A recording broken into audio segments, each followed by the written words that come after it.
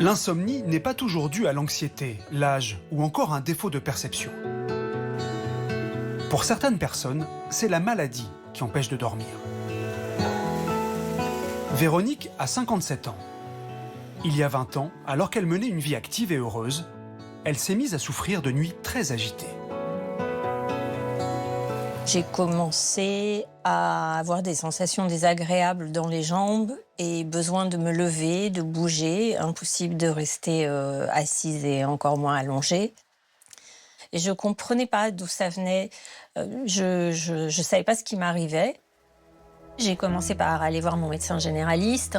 On s'est dit c'est peut-être du stress ou de l'anxiété. J'ai erré pour comprendre ce qui m'arrivait probablement une dizaine d'années. Et un jour, je suis allée voir une phlébologue. Je cochais toutes les cases qui allaient vers le diagnostic que j'étais atteinte du syndrome des jambes sans repos. Le syndrome des jambes sans repos se manifeste par des picotements, des brûlures, parfois des douleurs dans les jambes, provoquant un besoin irrépressible de les bouger. Ces symptômes apparaissent surtout au moment du coucher et transforment les nuits de ceux qui en souffrent en véritable enfer. Troubles neurologiques encore mal compris, le diagnostic reste parfois long et difficile, laissant de nombreux patients seuls face à leur nuit sans repos. Le syndrome des jambes sans repos, c'est 2% de la population française qui en a au moins 3 fois par semaine. Ça va se traduire par des agacements dans les jambes, mais les gens, des fois, c'est au second plan. Ils s'en plaignent pas. Par contre, ils ont du mal à s'endormir. Et on peut passer à côté, considérer que c'est une insomnie classique à cause du stress ou autre. On peut donner des traitements, que ce soit des somnifères par exemple, qui vont pas forcément améliorer la maladie. D'autres personnes, ils vont recevoir par exemple des antidépresseurs, et on sait que les antidépresseurs aggravent les impatiences. Véronique a vu au fil des ans ses symptômes s'aggraver et mène depuis une vie sans sommeil. Au niveau physique, c'est dans les jambes, des spasmes, des vagues qui viennent. Et puis, au plus fort de la crise, une sensation d'étau. D'étau dans les jambes, dans les mollets. Et puis, il y a des nuits où le sommeil me prend. Et il y a une espèce de lutte entre le sommeil et la maladie, les symptômes qui sont toujours là et qui parlent très fort. Là, ça devient vraiment compliqué. Il y a des pleurs, il y a de la désespérance, il y a de la colère aussi. J'en ai trop marre.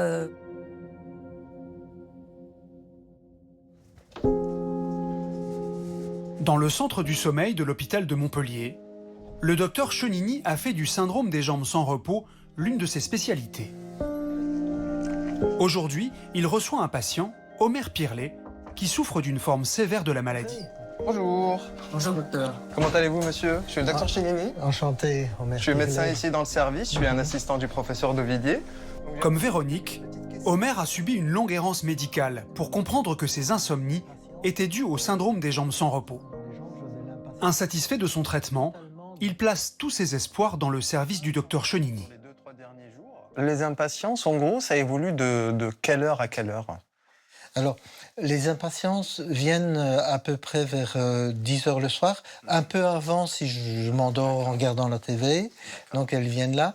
Mais mon épouse me dit que, parce que j'ai des chocs dans le lit, et elle me dit que vers 3h du matin, généralement, ça s'éteigne. C'est ça se calme. Vous êtes déjà venu dans le service? Non. Jamais? Première fois. Allez, on va tout vous expliquer, il n'y a rien de bien méchant. Vous allez vous installer sur le fauteuil. Ok. Omer se prépare à subir une polysomnographie, un examen qui permet d'enregistrer les différentes phases du sommeil. Des capteurs vont mesurer son activité cardiaque et cérébrale, ainsi que ses mouvements anormaux.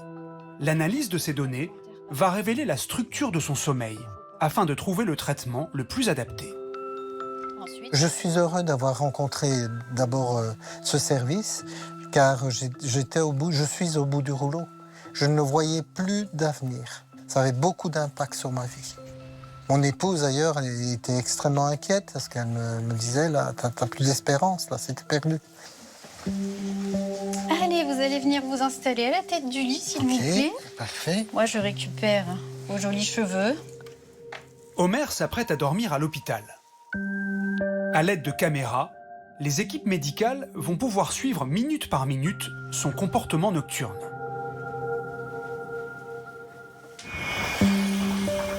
Et la nuit est très agitée. Homer est pris d'un besoin irrépressible de bouger ses jambes.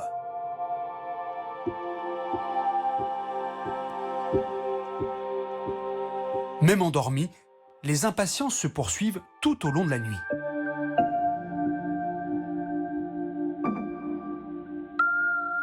Et à 3h30, Homer est définitivement réveillé. Il finit sa nuit, les yeux grands ouverts.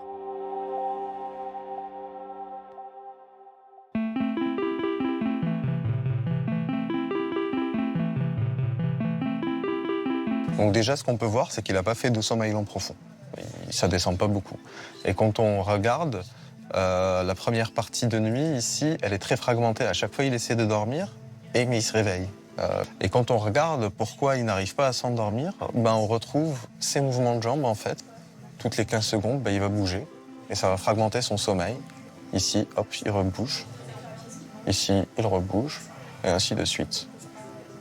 Et en fait, il fait ça quasiment toute la nuit. C'est peut-être, je pense, dans mon expérience, la maladie la plus sévère de l'insomnie, parce qu'ils vont dormir 2-3 minutes et après ils se réveillent. Et parfois, ils n'arrivent même pas à faire ces 2-3 minutes parce que les impatiences empêchent le sommeil. Rappelez-vous, il y a des tortures qui ont été faites pour empêcher les gens de dormir. C'est une auto-torture. Bonjour. Bonjour, docteur. Comment allez-vous, monsieur? Très bien. Alors, vous avez passé une bonne nuit? J'espère que vous dormez mieux chez vous. Un peu agité, oui. D'accord. On a des micro-éveils. Sur toute la nuit, il y en a eu 288. Et lorsqu'on comptabilise l'index par heure, ça fait 53 par heure. Donc par rapport à la prise en charge, et chez vous, comme c'est gênant le soir et en début de nuit jusqu'à 2-3 heures du matin, on va vous proposer un traitement qui agisse sur cette période. C'est un antiépileptique que ce patient va essayer. L'un des traitements recommandés pour traiter le syndrome des jambes sans repos.